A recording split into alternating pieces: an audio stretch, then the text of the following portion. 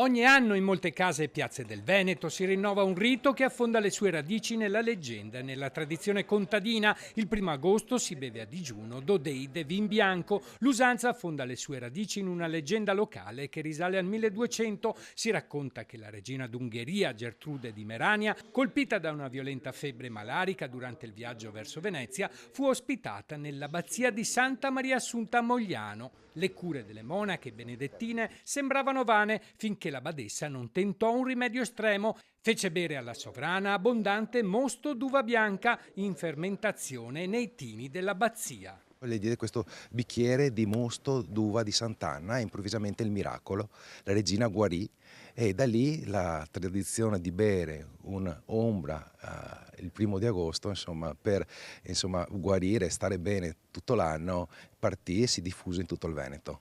Miracolosamente la regina si riprese nel giro di pochi giorni. Può essere avvenuto qui il miracolo, se lo possiamo definire tale, o all'ospedale dei Battuti, che quanto dista da questo luogo?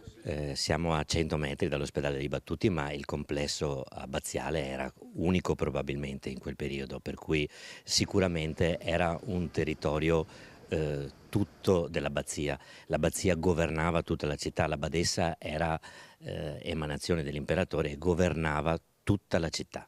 Da allora la leggenda del vino salvifico si diffuse tra la gente del posto, dando origine a una tradizione popolare che ancora oggi viene celebrata tra sorrisi, brindisi e un pizzico di magia. Mi sento già meglio.